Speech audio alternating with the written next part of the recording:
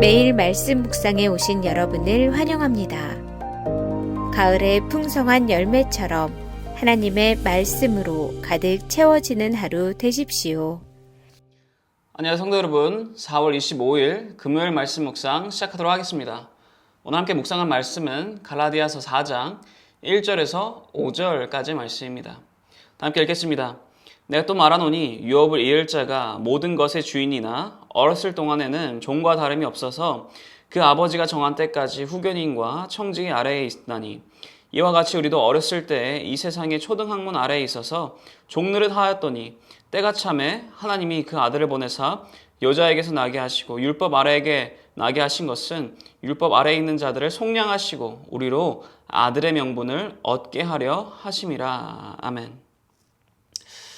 중국에 있는 옛날 이야기 중에는요, 이러한 이야기가 있다라고 합니다. 황제와 거지에 관한 이야기입니다. 그 이야기는 이렇습니다. 밤만 되면 거지가 되는 꿈을 꾸는 황제가 있었다라고 합니다. 황제는 그 꿈속에서 이 거지가 되어서 정말 말로 다 표현하지 못할 그러한 고통들을 겪으며 살아갔다라고 합니다.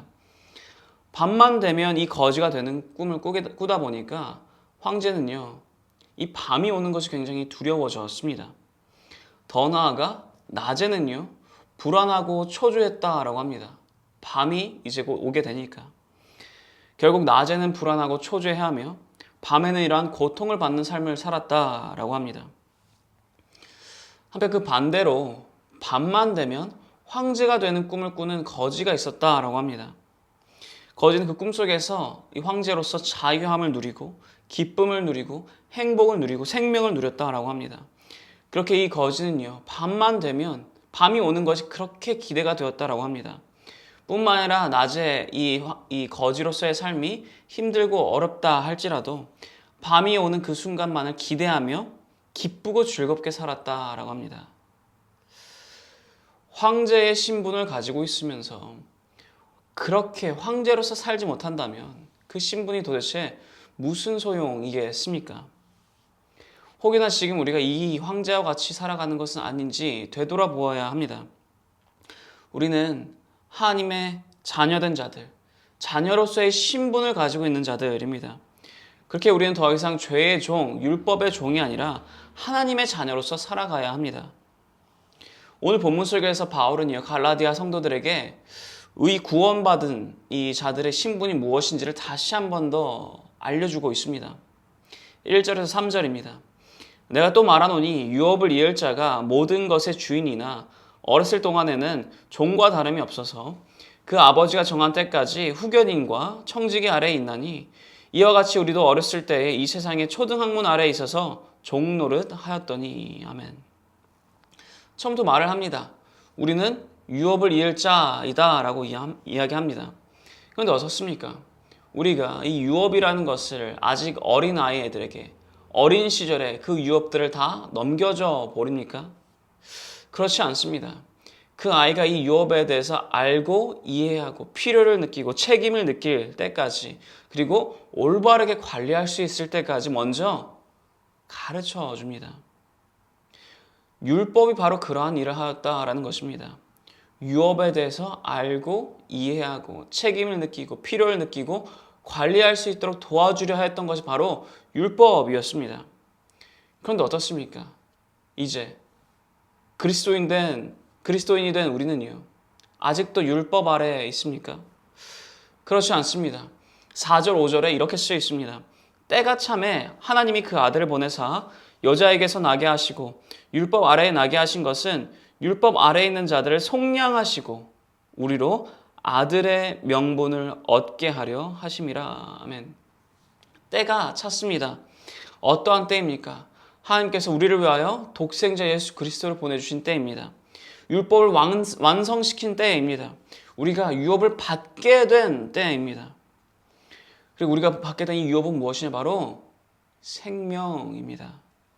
오직 하나님의 자녀들만이 받을 수 있는 유업, 바로 생명을 우리는 받은 자 되었다라는 것입니다.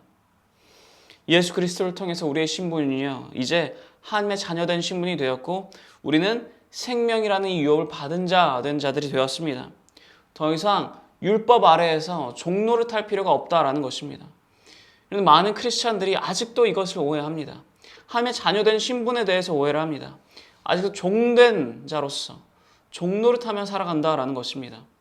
하나님의 아들이라는 신분을 가지고 있는데도 불구하고 율법의 종 혹은 더 나아가 죄의 종으로서 나아갈 때가 있다라는 것입니다.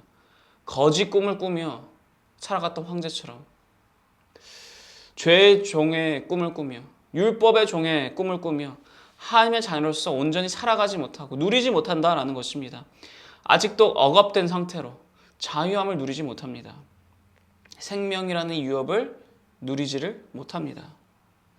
그러한 갈라디아 성도들에게 그리고 우리에게 하나님께서 말씀하시는 것입니다. 너는 나의 자녀이다 라고, 나의 유업을 받은 자이다 라고, 그러니 더 이상 종으로서 살아가지 말고 나의 아들로서 나의 딸로서 살아가라 말씀하시는 것입니다. 그렇습니다. 우리는 더 이상 율법의 종이 아닙니다. 예수님께서 율법의 완성이 되어 주셨습니다. 그렇게 우리는 이제 종으로서 살아가는 것이 아니라 아들로서 딸로서 자유롭게 살아가야 합니다. 근데 여기서 단 한 가지 우리가 오해하지 말아야 될 것이 하나 있습니다. 무엇이냐? 자유롭게 살아간다는 것이 허랑방탕하게 살아간다는 것이 아니다라는 것입니다. 우리가 율법의 종이었을 때에는요, 율법이란 우리에게 일이었습니다. 하기 싫지만 해야만 되는 일. 근데 이제 자유한 자녀가 되면서 율법은 우리의 삶이 되었다라는 것입니다. 왜냐? 율법이 왜 존재하였습니까? 유업에 대해서 알기 위해서, 유업에 대해서 이해하기 위해서, 유업에 대해 필요를 느끼기 위해서, 더 나아가 유업에 대해서 책임을 지고 이제 관리하기 위해서 율법이 존재하였습니다. 그런데 이 유업에 우리가 온전히 감당할 수도 없고 누릴 수도 없기에 예수 그리스도께서 오신 것 아닙니까? 이제 예수 그리스도 통해서 우리가 이 유업을 누릴 수 있도록, 이 생명을 누릴 수 있도록, 생명을 받기 전에는요, 그 생명을 위해서 무언가를 하는 것은 다 우리의 일이 되어버립니다. 하지만 우리가 생명을 받는 그 순간부터는요, 이제 그것은 우리의 일이 아니라 생명을 가진 자로서 우리의 삶이 된다라는 것입니다. 그렇게 우리는요, 생명을 받은 자로서 살아가는 것입니다. 받을 자로서 살아가는 게 아니라 받은 자로서 살아가는 것입니다.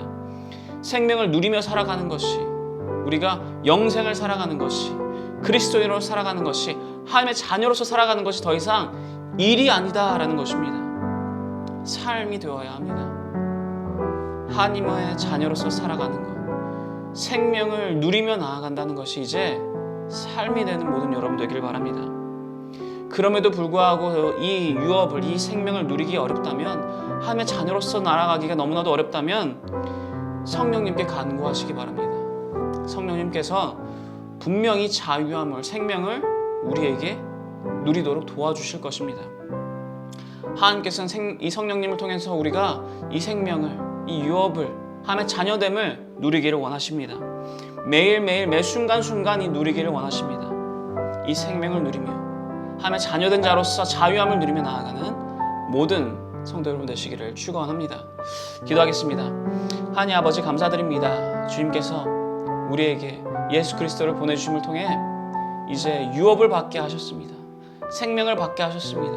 하나님의 자녀가 되도록 허락하셨습니다. 주님, 이제 하나님의 자녀가 된 자로서 생명을 누리며 나아가길 바랍니다.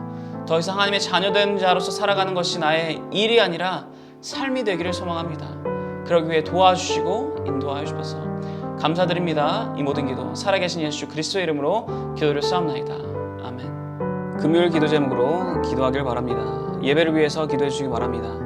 모든 예배 가운데 성령님의 기름 부으심이 있을 수 있도록, 담임 목사님의 설교회 가운데 은혜와 능력이 더하여 주시도록, 각 부서에서 설교를 준비하시는 모든 설교자분들에게 하나님께서, 그리고 성령님께서 함께 하시도록, 예배를 섬기시는 모든 봉사자분들에게 기쁨과 감사가 넘칠 수 있도록, 또한 모든 예배자들이 모든 예배 속에서 신령과 진정으로 예배에 임하실 수 있도록 기도해 주시기 바랍니다. 다 함께 기도하겠습니다.